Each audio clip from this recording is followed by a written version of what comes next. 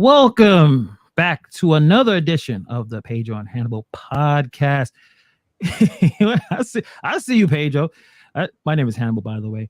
And we got the LA hat. I wonder why Mr. St. Louis is wearing an LA cap. I don't know. Maybe we're going to be talking about some West Coast rap today, possibly.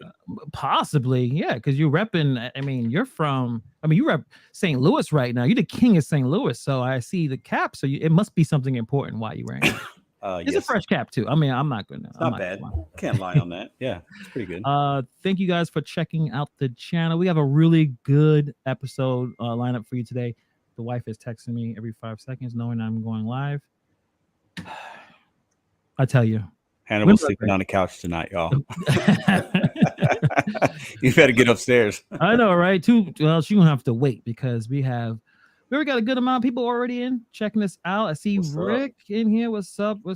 I appreciate everyone that's in here. I see Jaywalk, Daniel Hustle. Welcome. And Jose saying, listen, what's up, fellas? Have a great show. Y'all homework is to listen to some Gangstar. Of course. He loves that. He's always on that, man. Yeah. Of course. Yeah. Listen, he's a phenomenal MC. We're going to actually talk about some MCs later in. We're going to do basically a good breakdown of the latest album from the game, Drillmatic, Heart versus Mind, and the 10-minute diss track, 10 minutes this guy dedicated to going after Eminem a little bit. I have some thoughts. Pedro has some thoughts. Yep. And I think that's going to be a really good conversation. But I didn't put this in the description. I got to fix it up later on. But I want to talk about the situation that happened a few days ago at a Pee Wee football game in Texas with the former, was he a cornerback? A cornerback, yeah, defensive back, yes. Talib Akib. We may not be pronouncing it correctly, but we're actually going to have a video kind of explaining what happened. And it was basically Pee Wee football game. You know, when you see any kind of football, a lot of adrenaline, a lot of aggression kind of comes through. But I've never seen what happened in this situation where a coach dies on the field in front of his son because of what happened here. So I want to show the video real quick, at least this news story, and then we'll jump into the situation that actually happened. And I want the thoughts on it because Pedro, I know you do youth sports, you do coaching, so you are very intimate with this idea where parents and coaches and the players, it's a crazy mix where there's overprotective parents and they get into crazy fights. And this is probably like the most outrageous story I've ever seen. So I definitely want your thoughts on this. Let me just go straight to it. I'm going to share it. And, after the video, I'll like your thoughts on the situation. Let me put it in right here. Hopefully you guys can hear it. Let's go. Police say an argument during a Little League football game ended with a coach shot and killed. It happened this weekend in Lancaster, just south of Dallas. Fox 4's Peyton Yeager spoke with the witness as police search for the suspect. Peyton? Right, Blake, just before 9 p.m. last night, Lancaster police were dispatched out here to Lancaster Community Park. They tell us there was some sort of disagreement between opposing coaching staff, and that led to a argument, which led to a physical altercation, which led to shots being fired, and a youth football coach was pronounced dead at the hospital late last night. Now, friends and family have identified the victim, the youth football coach, as Mike Hickman. Hickman coaches for Dragon Elite Academy. His 9-year-old son is on the team. Parents of Dragon Elite Academy tell us the opposing team's parents and coaches, they became angry due to the final score of the game and started yelling at the referees. That's when a physical fight began. And police say a man from the opposing coaching staff, now identified by police as Yaqib Talib, fired a gun.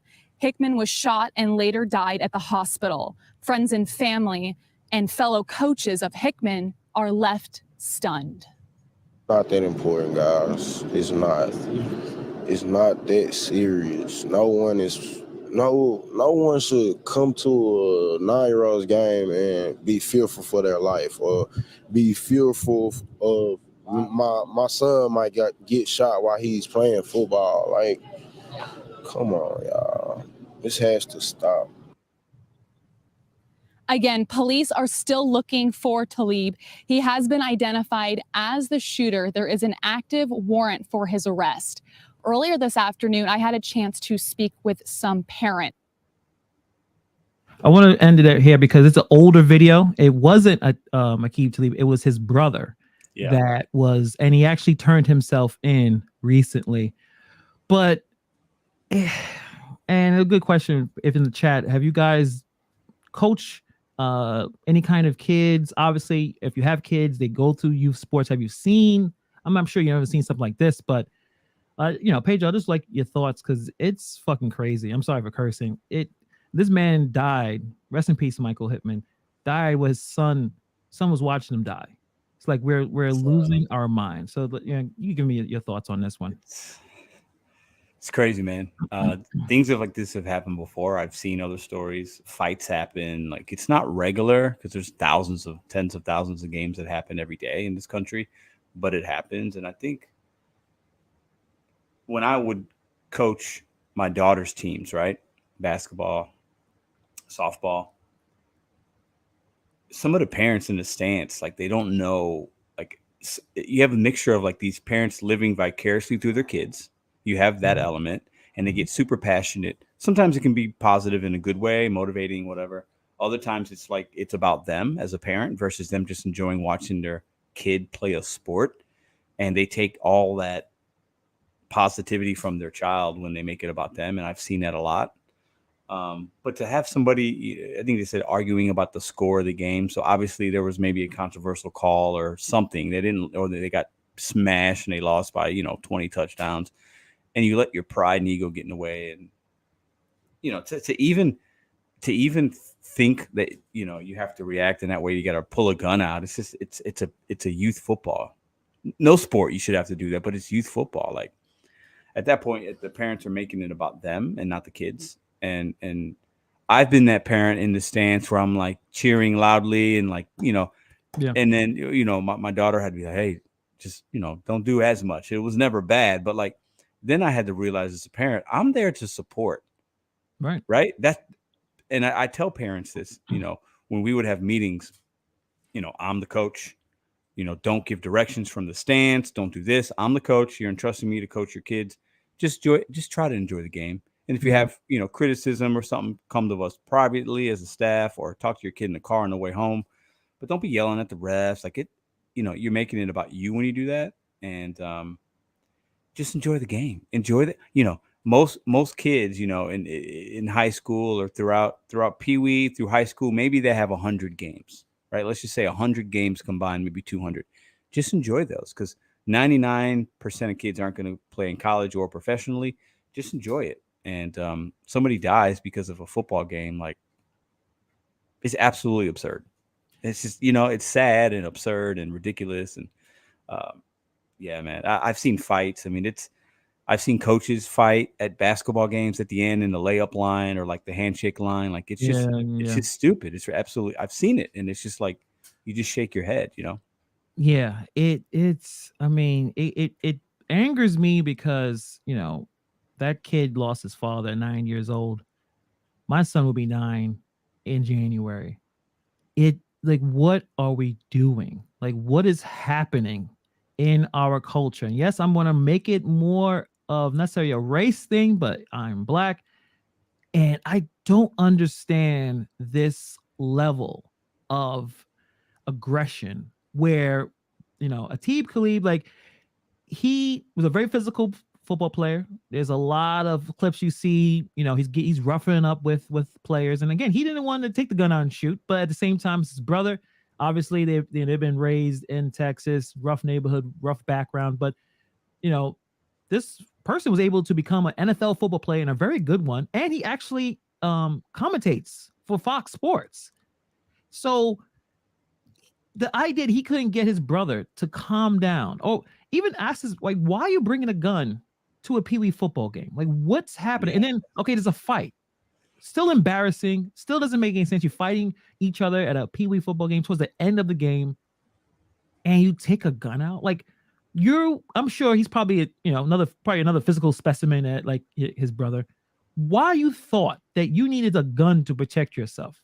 Like, what happened? Did Hickman didn't have a gun? I'm sure he didn't, because they would have. It's an ego thing. It's an ego thing. It's that I'm from the streets. You're not gonna punk me, kind of, and it's bad. It's really sad. Like, and it doesn't matter how he's a multimillionaire, right? So when you're a multimillionaire, yeah, it may not be your money, but you're the brother.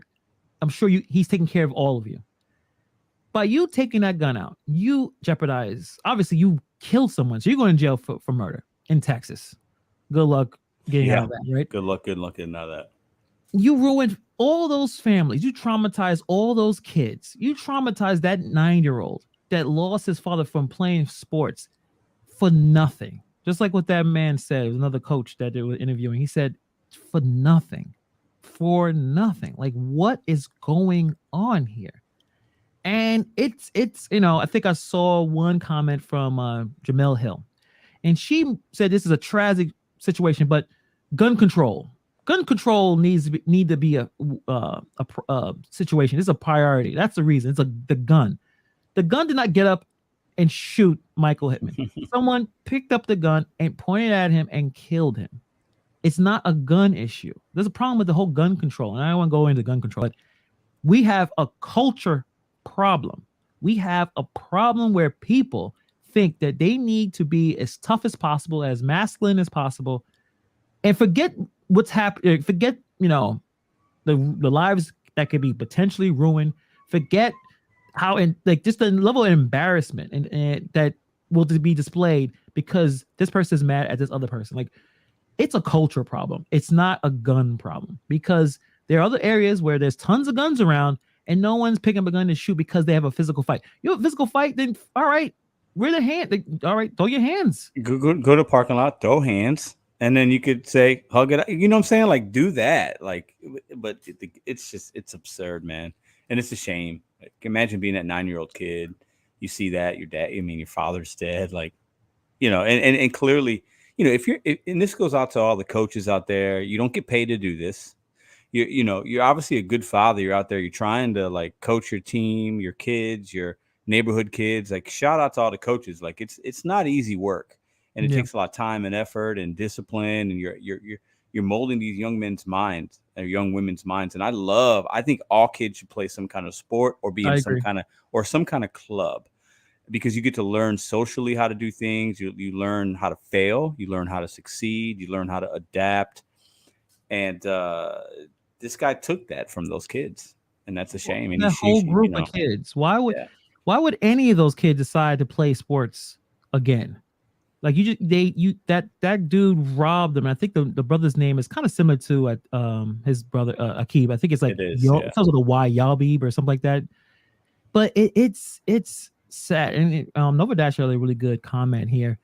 It's like the Aaron Hernandez situation. He couldn't leave the streets behind him. And that's a big, big point, especially with a lot of the athletes. They come from these lower income backgrounds where they had a fight to survive. And we're not saying you had to do that, sure. But you're accomplished. You made it, right?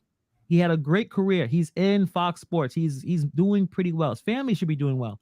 And they couldn't take that level of aggression out. Again, you see tons of clips of him, like, one clip he takes, I think, Michael Crabtree's chain and rips off, like, he was fighting on the Crabtree fighting. Yeah, I remember that. Yeah, hood kind of mentality. It's the hood, like, you're not hood anymore. You're a multimillionaire. There are not a lot of multimillionaires in the inner city.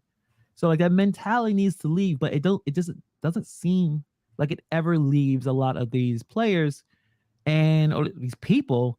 And at this point now, you obviously ruined someone's life because they're gone, that child's life. Would Fox Sports keep him around, even though he wasn't the one that was involved? But the fact that you were there, you were fighting too, like, he was in the mix, and then your brother takes the gun out. There's no way that Fox is going to keep him. No. Nope. And this is another question. Now, I have an 8-year-old. He hasn't really gotten into sports yet. He's more of a nerd, but eventually he will be a part of that. And I understand from the parents' perspective, not this situation. This situation is, like, ridiculous. But we were talking before we got on the air where you see your kid getting roughed up, especially, your mom too, seeing your kid getting roughed up physically. Either it's like a wrestling or football. they get hurt or they're getting beat up, and you want to fight every instinct to jump in and stop it. Or you yelling at the ref, hey, you see him do this? Refs, just like every other professional PWA, it doesn't matter. They're going to make mistakes. They're not perfect people. No one is there to let your kid get hurt. It's but very hard. I'll say this real quick. It's it's very difficult to referee a game and be 100% accurate. So anybody that's ref before, you know what I mean? I did it for basketball for a game. It's not fun. It's not easy. And I'll just say that. Yeah. And then I guess that's where it's like, I think Bobby had one. He had a comment. He said, listen, you couldn't pay me to ref. You couldn't pay me to ref. I would rather play. I've played like in men's rec leagues with like referees and like a tournament style, played high school. I have no stress level when I'm playing a sport. We could be down, 2 points, ball on my hand. I got no problem taking a shot. I make it great. I miss it. The amount of anxiety I had just from reffing that little kid's basketball game with the parents yelling, screaming, and this and that, and the coach goes, hey, can I talk to you? I got respect for referees. That's all I'll say. I just do. Yeah.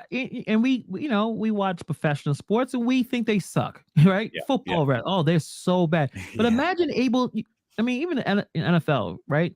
They have to watch 22 men on a field playing as fast as possible. These are the fastest, strongest, most athletic men in the world.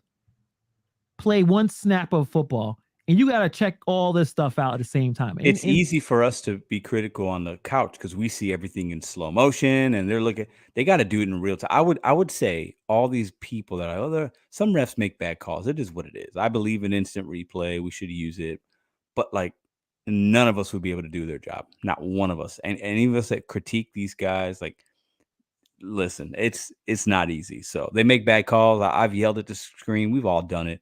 But that's just part of it. But like, they have to be, these guys are accurate 99% of the time. That's more accurate than any other professional athlete doing anything that they do. Just think about that for a minute. Yeah, you got a great point. And I'm wondering would it be a better idea, and they never would do this because like you said earlier, a lot of parents live through their kids. They never made it, or they think their kid can do something special. And they think they need to basically protect them at the same time, want them to flourish. Like it's hard to do both at the same time. I'm wondering, it's similar to when your child start to learn to drive. You may want to try to teach them, but it's going to be difficult. Every little mistake you're going to be given. You're going to have anxiety. You're going to give your kid anxiety, where you should just let a professional teach them how to drive. And I'm wondering, is it a good idea if most parents should not show up for these games or go do something else, unless the child really wants you there? But I don't know. Like, yeah, no, I think you got to show up because that's important to kids. It really is. But you have to.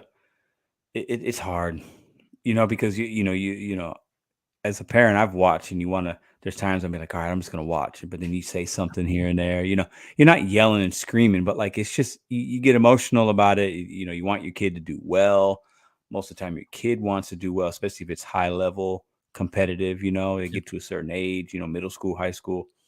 But it's like, at the end of the day, like, I think the ones that have the issues are the ones that are living vicariously through their children with sports because they didn't make it, or they were good and something happened. Now they want the kid to be good. Yeah. And and it's just like, I've seen a lot of parents, they make it about themselves when they go to these games and not about the kids. And those are the ones that tend to get into issues and have stuff going on. So Rodney coming with a great comment. I was booed many times umpiring. Hey, umpiring. Jeez.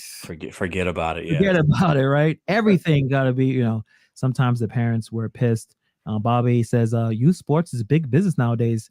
Not just a boys and girls club anymore. Yep. Yeah, there was a really good, I forgot the name of the reality show where they followed a few teams of Pee Wee football. Was it Little Tykes? No, Little. It may have been Little Tykes. Yeah, you're right. Was it on? It was on Netflix, right? It was one of those streaming sites. Yeah. And the way the coaches was going after and coaching these kids, screaming at them, cursing at them. It was like, wait, hold on a second. This is Pee Wee football. I mean, I don't know when you start to actually become good enough where, okay, you can actually take this, further along. Like, all right, middle school, cool. High school, obviously. But at 9, 10 years old, it could be too much, but maybe I'm being a little bit too sensitive. It Maybe depends I'm being a little because too progressive. it depends because in some neighborhoods, these ultra aggressive coaches, and I've been with them, I've been part of those coaching staffs, they're trying to get these kids just to college, even if it's a D3 school.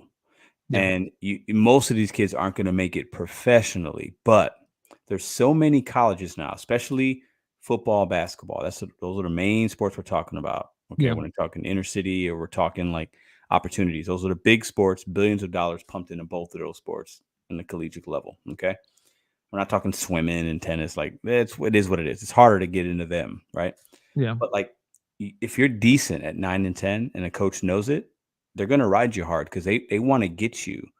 Right now, all these young basketball players, they got mixtapes at like in middle school. They're getting recruited in middle school, even on the football field. Alabama's seeing 13-year-olds linebackers and we're giving them an offer, but not an offer. So some of these parents, they could be fine with it because they push my kid. I want him to go to college. Forget the NFL. Maybe it's if he gets there, great, but that's not normal, right? But get my kid a scholarship, get him a free education, and use sports to get there. And I'm a big advocate for that, right? Yeah. A huge advocate. So I think the coaches that ride these kids really hard, as long as they're transparent with the parents, saying, "Hey, this is what we're trying to do here. I'm going to ride your kid hard. He's going to come home. He might be crying sometimes. He might say I ran him too much. He might say I dropped the F-bomb, but I have a bigger goal to get your kid into a really good high school or a really good college and get him a free education. That's my goal." And I think if a coach tells me that as a parent, I'm in 100%. It's the Yeah. ones that don't communicate that with the parents that have issues, and then they look like they're coming like they come across as an asshole, right? But if I feel like you're really trying to empower my child and get him to the next level and get a free college education, ride my kid till he's crying every day. But when he's 18, he's going to probably thank that coach. He's going to, you know what I'm saying? So Yeah. I look at it from the other perspective. Yeah, I understand. I totally understand your point of view, and I think the other side is that, man, it's so messed up that many of these neighborhoods, many of these parents, the only way their child may go to college is through sports. That's a lot of pressure on a young child. It is. They may be all in on this sport, and in 2 years they may not be, but they may be stuck now because their parents and their coaches are telling them, "You got something great." And even the child is not as invested as much as they used to be. I think we've seen it in many, at least a lot of basketball players. We see them athletically looking like, yeah, they should be able to do really well in the next level, and they just underachieve. Yeah. They don't seem like they love the sport, and you wonder why. What happened? Was the sport, the love was taken away because the parents beat it out of them, the coaches beat it out of them? Because some kids, just like some people, they, a way to motivate them may not be by yelling at them and screaming at them or being super aggressive. It may be more of a different angle. It can't be used the same angle for every child. Mhm. And this another really good comment from Rodney, the parent coach thing, where, and that's obvious too. Sometimes we're like, wait, hold on a second. My kid is sitting on the bench a lot, Yeah, I don't but like this that. child's playing. He may not even be as good. Why is he getting more playing time? Then you going after the coach. Why my kid's not playing? Well, then also it could be like, well, your kid may suck. Like, we're trying to win the game. That's a tough one. I always, when I was coaching my she was my stepdaughter at the time, she was usually the better player on the team, and everybody knew it, so that was fine. But like I rode her harder. If she made a mistake, she's going to sit longer than somebody else because she needs to lead by example. Like the eyes are always on you when you're coaching your kid. Yeah. And the playing time's always weird because some parents are, "Oh, my kid don't play." Or if your kid's trash, she ain't gonna play. Like that's my mentality. Like if we're losing by a lot, or then you're gonna play. But or if you're really, if you're just not good, but you're putting the effort in practice, I'll give you a few minutes. But like I don't believe in equal playing time when you get to like middle school. It is what it is. Pee Wee League, different. If we're playing like to win and we're counting wins and losses, and you're a 13-year-old kid, 12-year-old kid, if you're trash, you're sitting on my bench. You can be in a team maybe, but I'm not picking. Everybody doesn't get a ribbon in my world. Everybody doesn't get to play. Like, that's just me. That's, and some people don't like that, but at the end of the day, like, I'm not going to sacrifice like a win or a loss just because everybody should play 8 minutes. Nah, I don't believe in that. I just don't. I'm just saying. I'm just saying. I'm just saying. Where's the point where kids get to play? Like, just play. No, it's not necessarily a participating choice. Like, they're young. They don't know. They ain't put YMCA. the Go to the hours of work. YMCA. Go to the YMCA on Sunday morning. There's basketball hoops everywhere. I used to have this conversation with some parents. Like, that's not like, if we got a jersey on and you made the team, that's awesome. But I'm not going to give equal playing time. Like, that's not how it works, because we can go to the YMCA. There's no scoreboard. There's no refs. Get some shots up, play, and have fun. If we got referees that we're paying and we're practicing 3 days a week, these kids are trying to, well, I'm not trying to, there's no participation trophies in my world. That's just me. I think we do too much of that. That's just my opinion on it, but Yeah. But do you think that Pee Wee football, and because Pee Wee football is competitive, they're not, and they're 9, 10 years, they're not even 10 years old yet. And they have that mentality. You got to win. If you ain't put it in, get out. And it's like, wait, hold on a second. Not everyone. I mean, I don't know a lot of the NFL players, and when they started, a lot of people don't blossom until they get a little older. It's like, oh, wait, hold on a second. Maybe some are a little slower, but I understand when you're trying to win, you're trying to win. And I do believe in meritocracy. I do believe that the best go on, and life is not fair. But damn, they learned it early. And I feel I'm talking like middle school. If you're 6, 7, 8, 9, like if you're not in middle school yet, it's a little different. But once you get to middle school, for me, you're a teenager. It is what it is. Like, that's just how I look at it. Dasher Poppy says it's all about building character at a young age. At that age, it's not all about winning or losing. You have to learn to lose before you win. And I think that's, if anything could be, I think this is a big example. Obviously, someone lost their life. I hope that many of these coaches take a step back and think. Yeah. All the values, cool, winning, cool. You can even say winning is a big deal, but damn, you got to conduct yourself better when you're losing. You got to conduct yourself when you may not like the ref's calls. You may not like what the other parent is saying. Like, hopefully this can kind of take a step back and realize what's more important right now. Obviously, pulling out a gun and shooting someone, hopefully you would think that wouldn't be the first lesson you learn. But all right, we have to take a step back on how we are conducting ourselves in front of our kids. That has to be something that needs to be at least thought about instead of, I mean, I understand it's complicated. Like you said, you got refs looking at a lot of people doing the same thing at the same time. It's hard to do that. You have parents that they want to push their kids. They think, obviously we all think our kids are special, right? We all think our kids are probably more talented than, if someone else saw them, like, no, he's not that good. But that's your kid. Yep. That's, they resemble you. You think the world of them. Yeah, you want to protect them. You want to protect them, Exactly. And I think too much of that situation gone on and kind of came into this boiling point where these guys are fighting and the kids are just looking at them like, damn, I don't even care about this sport. I don't even care like that anymore. Why my father flip? Why is he screaming? Like, I'd rather play video games. I want to play Fortnite. And they fight. Like, it was a really funny episode of South Park. I don't know if you watched the show, but they were playing Little League. And then all the kids hated Little League. They wanted to lose on purpose. But the other team wanted to lose on purpose too, to get out of the tournament. And all the parents are cheering and cheering, trying it. The whole episode is one of the characters' fathers fighting this other father. It's hilarious. I haven't seen that one, but I like me some South Park. South Park is a very well orchestrated show. It's a perfect show because it's baseball too, and baseball is like one of those sports where it's losing its popularity compared to it's boring. They need to spice it up, right? But they're like, I want to lose, because it's summer too. They're like, I want to lose so I can enjoy the rest of my summer. And other teams like, no, we're gonna lose too. So like, they're throwing balls on purpose, but then at the same time, the other team stops swinging. So then they're trying to find ways. Like it's baseball backwards. It's a fun episode. I have to check it out. I guess at the end is, I guess, segment. Make sure that your kid is really into this shit before you make sure they're really into it. That's all. Like if they really and they're passionate, even more passionate than you. All right, go ahead. You still need to calm down and you gotta lose. You gotta learn how to lose. You gotta learn how to deal with, dynamics of teams, and you may have to deal with an unfair coach. That's life lessons. Yep. But make sure the child's really into it before you start screaming and fighting, because you may have the point where like you go fight another parent, you get your ass kicked, and then you at home with your, broken ego and broken something else, and the kid is like, yeah, I don't really like baseball, Dad. Yeah. And then you lost on 2 levels. Yeah. Like, it's crazy. It's crazy. Like, that was a bit of a sad story, but I don't know. It's I just want to talk about that and appreciate, you humoring me a little bit, Pedro. You're welcome. And the thing too, talking about LeBron James and his kids. Now I can tell they actually like playing basketball. Oh, sure. They're gonna do pretty well. Yeah. I still think it's a little weird that we put a lot of stories about it, but like you told me a couple days ago, hey, the LeBron's kids. It's LeBron kids. LeBron and Bronny James isn't.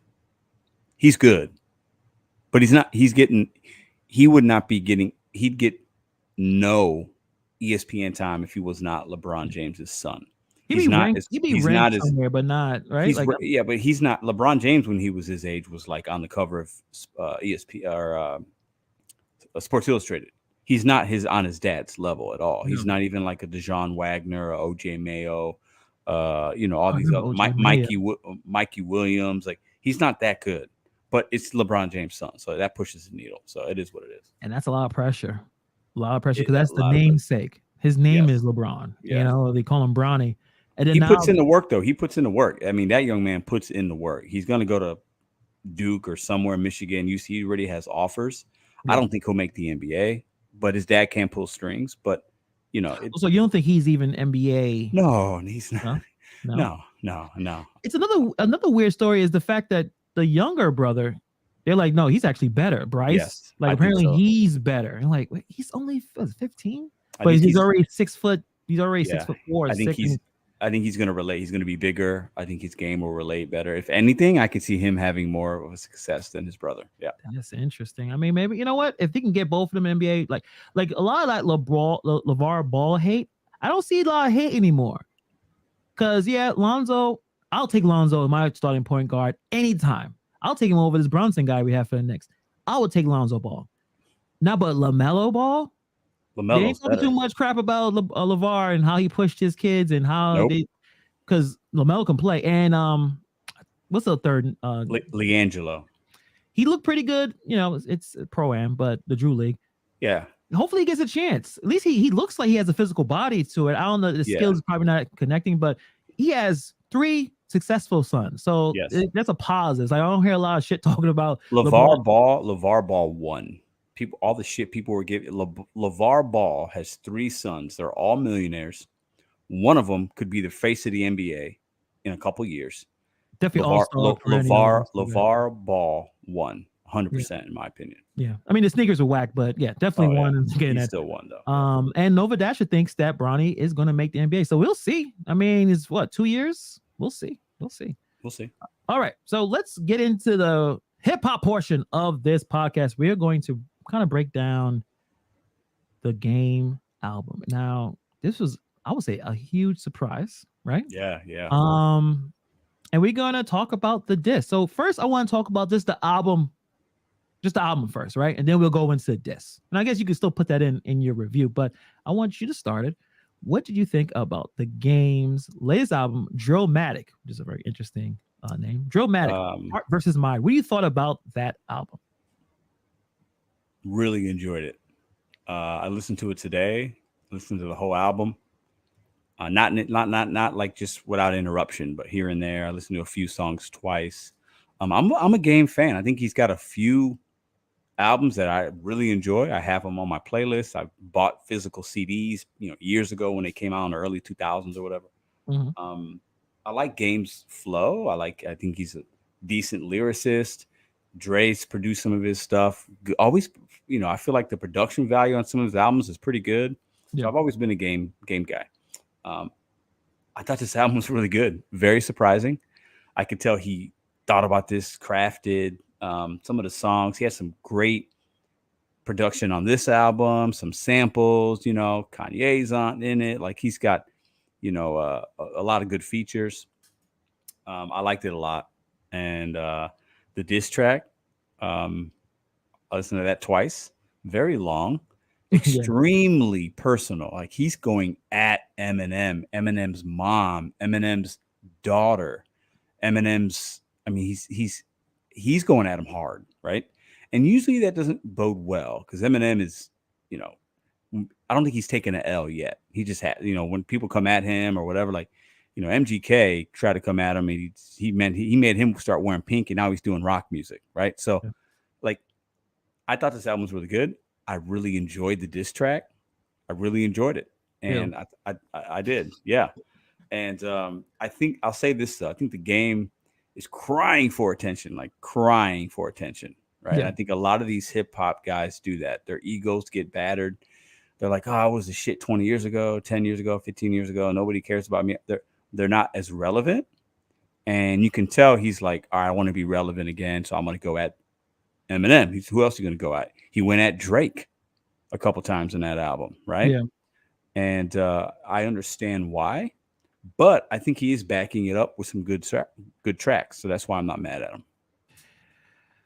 Okay, so let me give you my review. Like I'm doing a Skip Bayless where he does a yeah. I've never seen this before in my life. Like Skip never seen anything in his life. Skip Bayless is a clown. You're not Skip Bayless. Skip Bayless is a clown, bro. I don't Sorry. I just don't. Okay, so the game came out in 2005. Yeah. 17 years in. And he, you know, the documentary classic debut album. I don't think that album went into the top 200 list on the Rolling Stones. And that's absurd, in my opinion. And that's absurd. I mean, he had his biggest hits. He had the best production. He had Dre there. He had 50 Cent writing all those hits. It was a great album. G Unit. I don't know. I might talk to you young guys about G Unit back in the day, back when I was in college, when 50 Cent was like the man. God, I'm old. G Unit was potentially could have been one of the biggest rap groups of all time. They had the talent. They had obviously 50 Cent, the ability to write any song. Like that's a 50 Cent skill. He can write a song.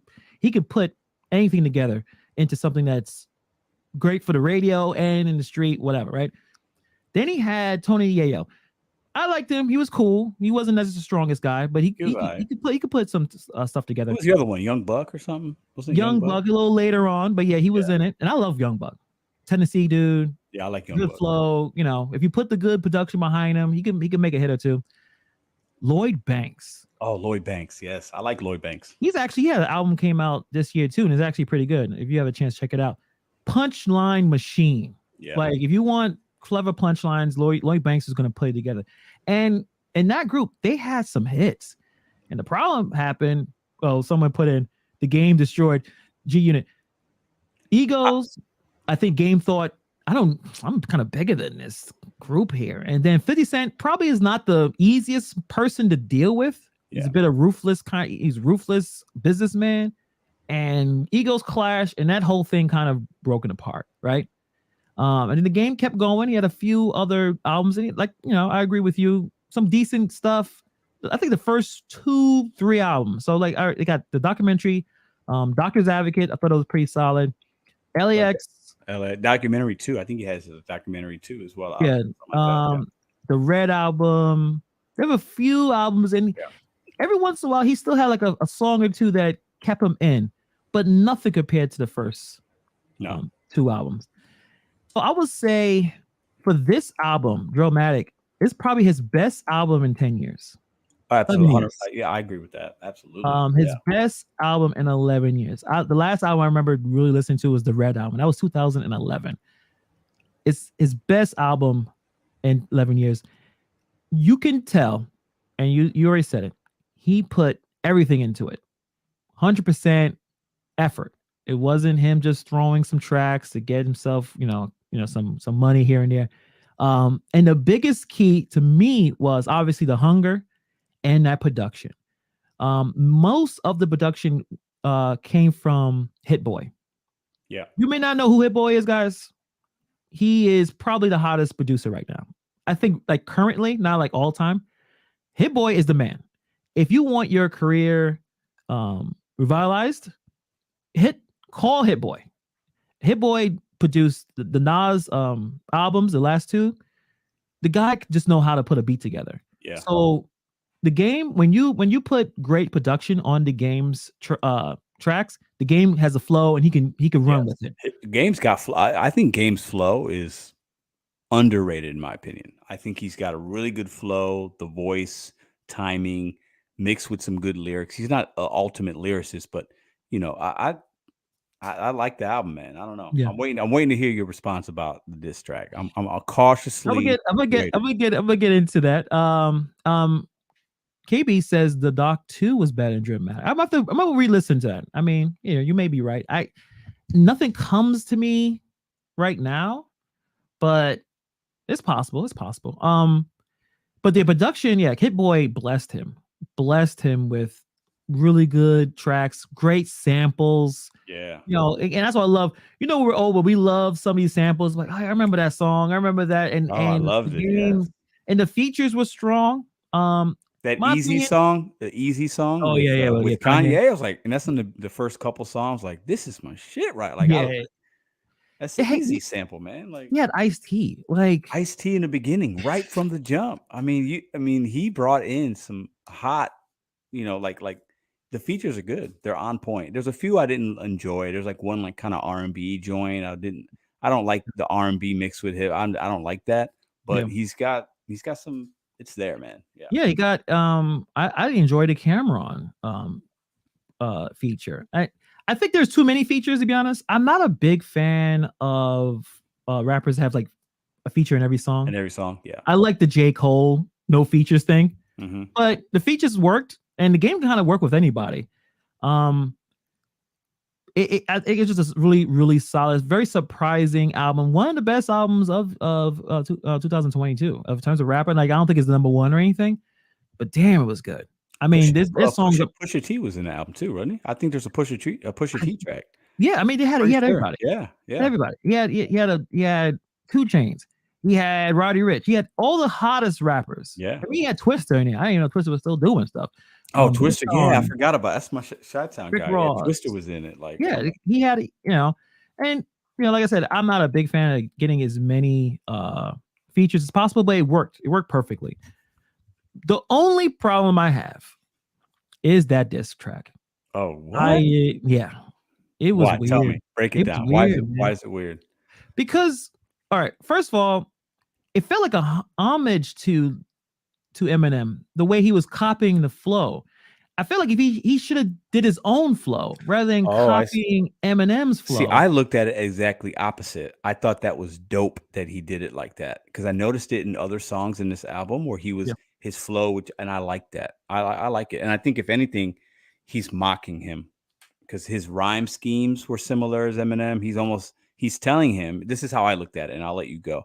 Yeah. He's telling him, I could do this shit better than you. Like, look, I can even do your flow. Like, you know, nobody can flow like Eminem, but he's doing it in a mocking way. I don't see it as a homage. Well, yeah, he's definitely mocking him. I just felt like, and I felt like it was more of, well, you know how like imitation is the, you know, form of flattery. Mm-hmm. So he's doing that, and I understand the angle. Like, he put some effort into it. Like, he's supposed to be with the you know, the brother of Stan from, you know, Stan the rap song from at this point over 20 years ago.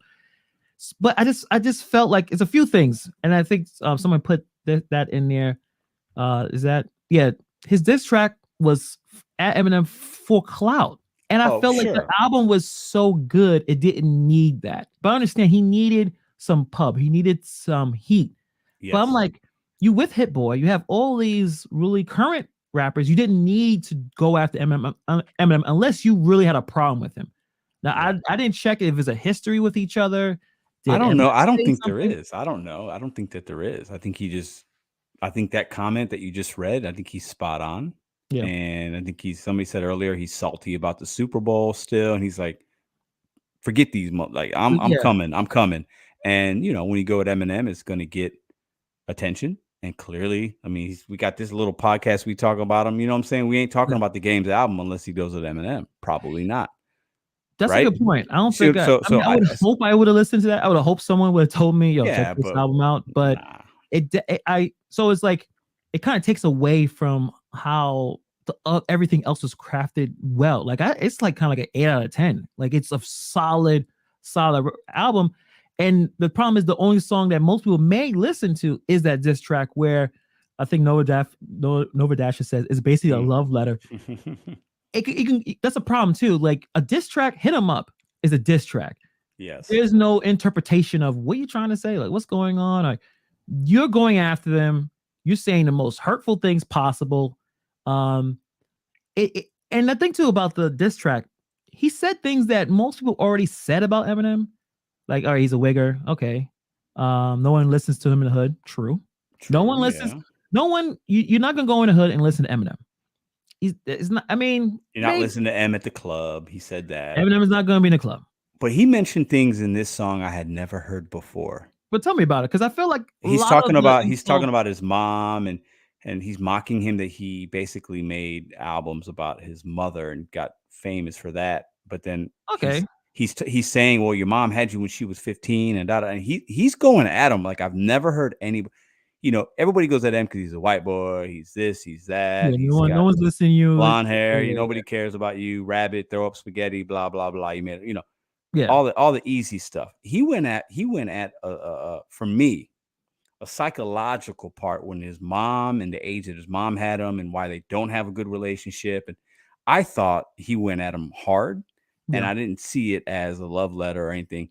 Now I think I don't know if there's even beef that, maybe the beef still stems from the 50 Cent and them, obviously boys, but like he went at him pretty hard. So I'm just excited because I feel like the diss track is good enough. It's not great. It's not Stillmatic. It's not Hit 'Em Up, but it's good enough.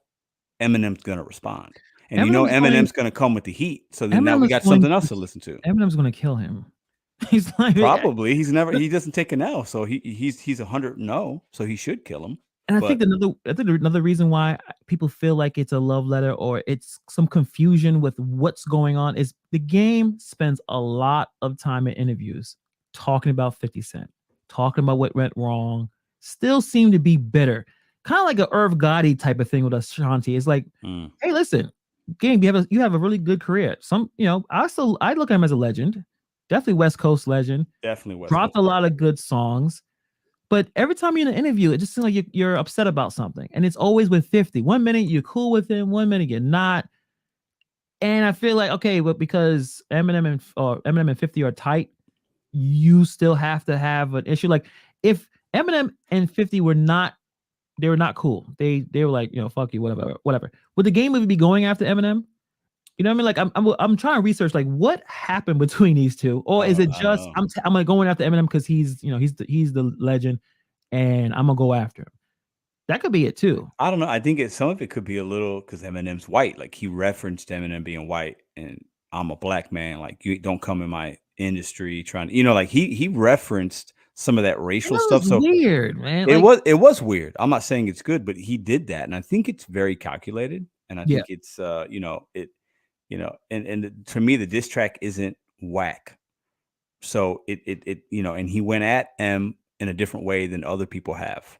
Right. So I think that if Eminem doesn't respond, it looks like, oh, the game wins. But Eminem's going to respond. He's going to come with some good stuff. I mean, the game had a damn show where he was dating women and the game has these weird tattoos now. He did remember that. He did put that in. The game's talking about, if I wanted to be a billionaire, I would have been. Get out of here. The game has he said a lot of stupid stuff, right? So Eminem's going to come at him. But good point, Nova Dasher. It was definitely better than Nick Cannon. Yes. Listen. As much as everyone thinks Nick Cannon is corny, I agree. He's living a good life. I tell you, the amount of women, all the women that he's impregnated, all 9s and 10s, he's basically trying to make a village. Listen, he's living a good life. Rapping was never his strong suit. He's a funny guy. He's comedy. Great, great host, but rapper, no. Do you think it's better than Rap Devil? The game's Rap Devil. I thought Rap Devil was pretty good. Yeah, I thought it was good. I think they're pretty. I'd have to listen to that again. It's been a while. I think they're comparable. Yeah, for me. I think Rap Devils are probably a little better. If I had to rank it, Rap Devil was a little better.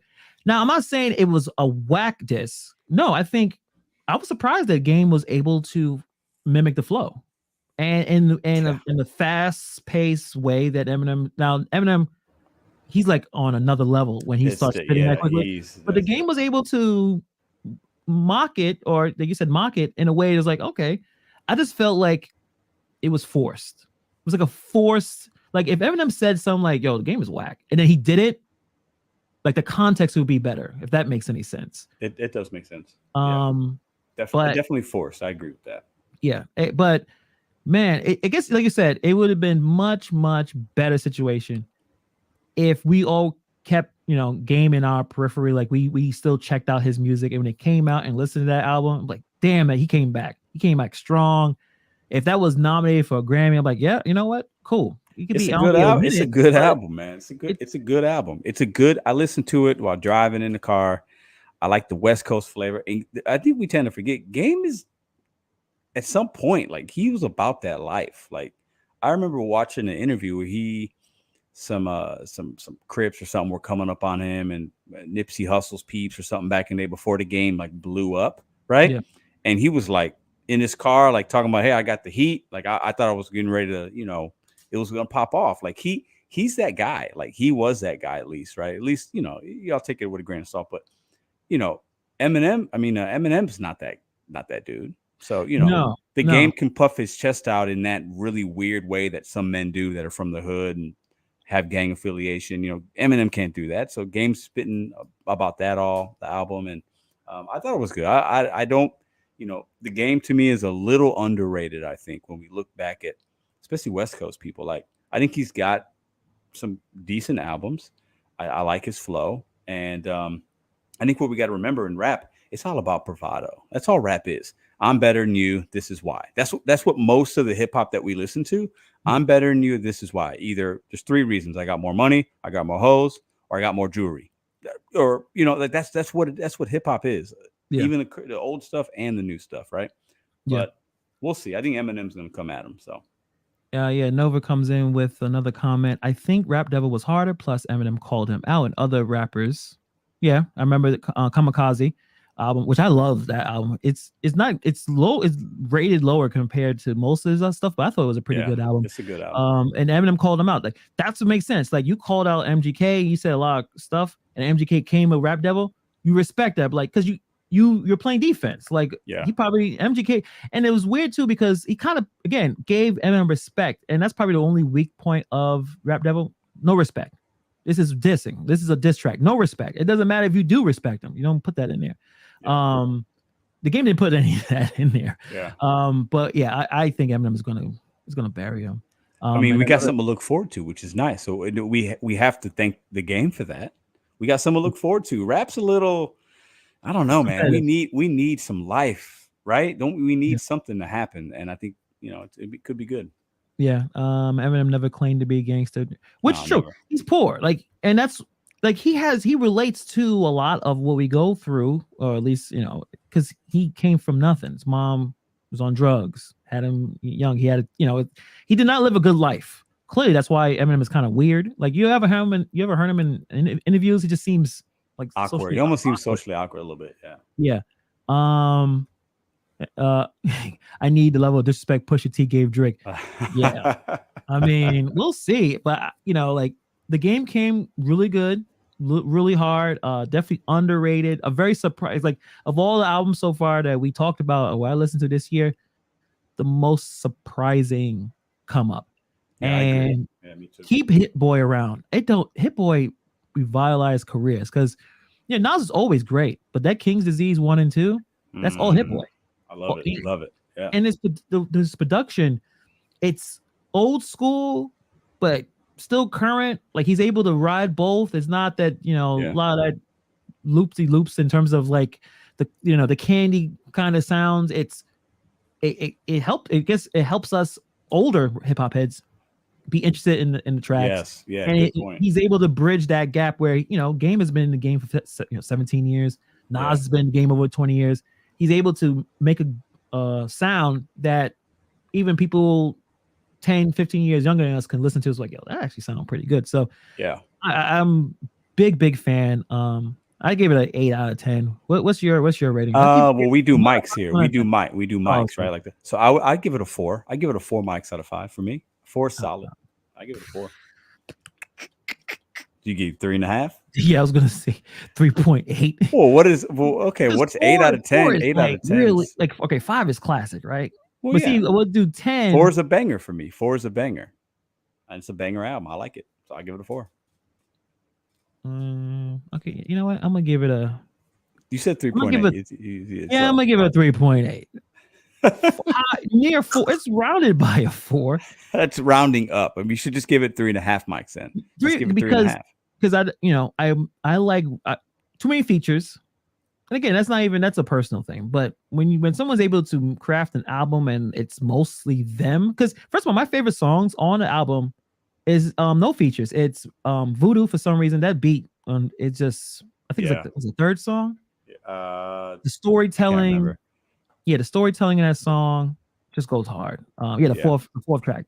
I love Easy. Home Invasion. Yeah.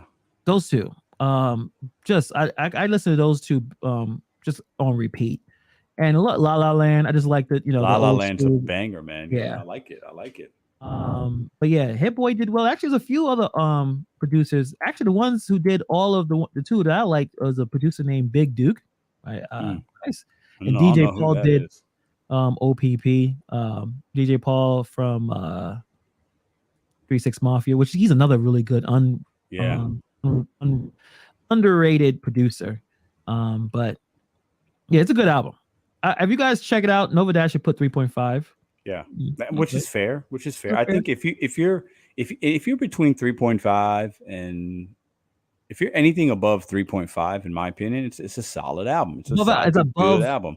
It's above average. At 3 would be kind of average, like couple songs, but there's multiple songs. There's 6 or 7 songs on this that I could listen to back to back. Yeah, I can listen to Easy 4 times in a row. Right? Like I could, I mean, it's damn good. So that maybe it's, I think it was a pleasant surprise. Breathe a little life into hip hop for a moment. Let's see what Eminem does. Hopefully it's in the next couple of weeks, and it'll give us something else to talk about and something else to look forward to. So Eminem, I give Eminem a week, maybe 2 weeks. He's thinking about it right now. Like, this guy's a lyrical genius. Calling him on the phone. Yeah, say this. Like, he ain't telling you, like, he ain't probably dropping bars at Eminem. It's like, yo, talk about that. Because 50 Cent, he's the pettiest. Super petty. Dude, I know, but man, so successful. His IG is a comedy on itself. He doesn't let things go. He will clown you. Yeah. He still clowns that chick that owes him 50 grand. He don't care. You know he's calling Eminem and is like, yo, I got a few things.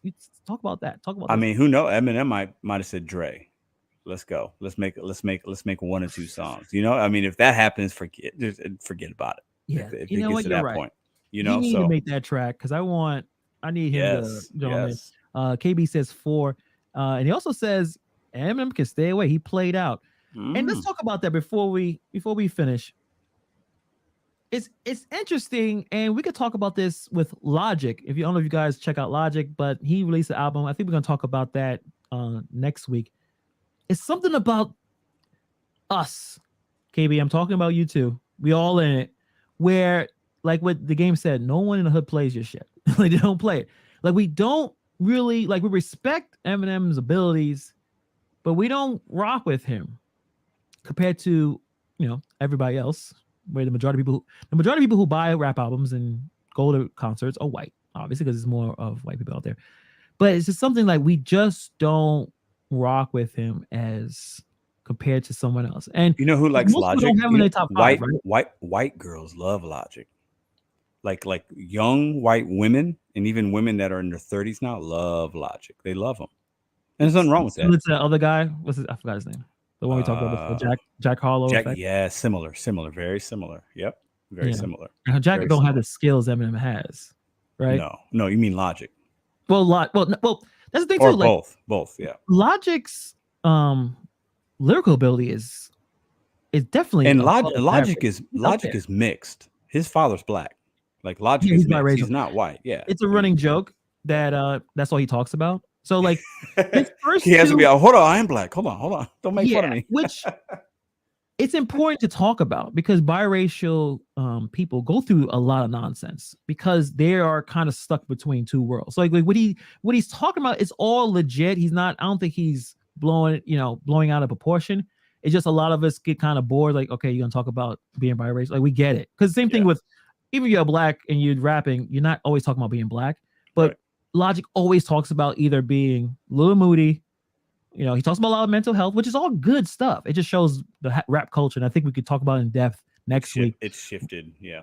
Where it's like, all right, man, you're overly positive mentally. The mental health. We don't want to hear that. We want to hear about shooting someone, or getting hoes, or selling drugs. We don't want to hear about being positive and calling a number if you're not feeling well. Get out of here. And I think that affected Logic, and that's why he went back from retirement, not retiring. I don't like what Joe Budden said. It hurt my feelings. Why it's even telling that out loud? Like we have a lot to talk about with Logic. Yeah, but we do. In terms of Eminem, it's similar, but Eminem don't care.